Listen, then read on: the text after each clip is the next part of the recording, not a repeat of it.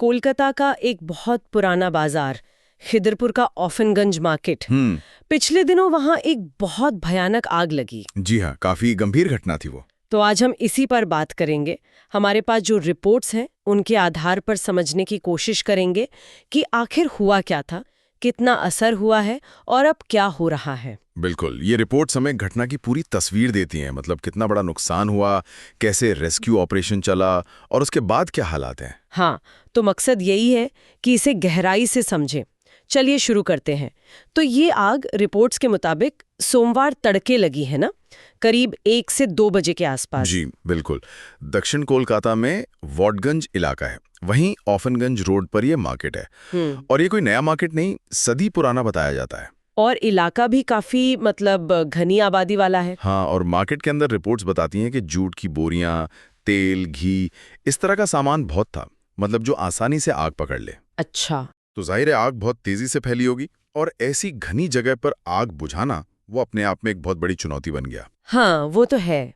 और नुकसान कितना हुआ, आंकड़े कुछ साफ हैं? देखिए, आंकड़े थोड़े अलग अलग हैं, अलग अलग रिपोर्ट्स में। हाँ। कहीं लिखा है 700 दुकानें, कहीं 1300 से भी ज्यादा। बाप रे, मतलब हजारों की संख्या में। जी हाँ, तो मोटे तौर पे मान के चलिए कि करीब 1300 व्यापारी हैं। हाँ। जिनका सब कुछ तबाह हो गया, जिनकी रोजी रोटी पर सीधा असर पड़ा है। उफ, ये तो बहुत बड़ा नुकसान है। बहुत बड़ा।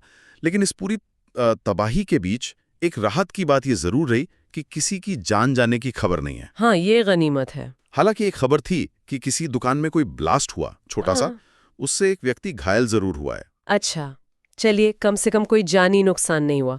अब बात करते हैं बचाव कार्य की। फायर ब्रिगेड वगैरह पहुंची होगी? हाँ हाँ, बिल्कुल। करीब 20-22 दमकल की गाड़ियां और डिजास्टर मैनेजमेंट की टीमें भी मौके पे पहुंची, और पानी के लिए पास में जो आधी गंगा नहर है उसका भी इस्तेमाल किया गया।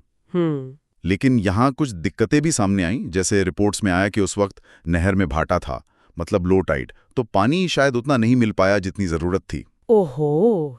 और दूसरी और शायद ज्यादा बड़ी दिक्कत वो थी बाजार की संकरी गलियां।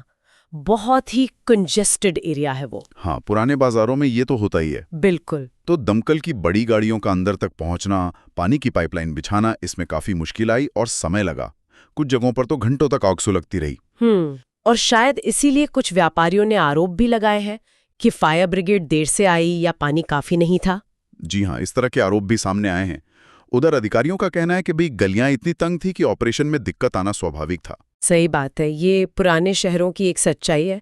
ये गलियां ही पहचान है और आपदा के समय चुनौती भी। बिल्कुल। खैर, घटना के बाद मुख्यमंत्री ममता बनर्जी भी गई थी मौके पर। हाँ। है ना, और अग्निशमन मंत्री सुजीत बोस भी। जी, दोनों गए थे जायजा लेने। और मुख्यमंत्री ने मुआवजे का ऐलान भी किया है। अच्छा, कितना मुआवजा? जिनकी दुकानें पूरी तरह जल गईं उनके लिए 1 लाख रुपए, और जिनका आंशिक नुकसान हुआ है उनके लिए 50,000 रुपए। चलिए, कुछ तो राहत मिलेगी इससे। हाँ, और इसके साथ साथ ये भी कहा गया है कि जो प्रभावित व्यापारी हैं उनके लिए अस्थायी तौर पर कहीं और इंतजाम किया जाएगा, और एक नया फायर सेफ मार्केट बनाने की भी योजना है। फायर सेफ, ये जरूरी है। जी, फिलहाल एक डिटेल्ड सर्वे चल रहा है कि किसका कितना नुकसान हुआ है, उसके बाद ही ये मुआवजे की रकम दी जाएगी।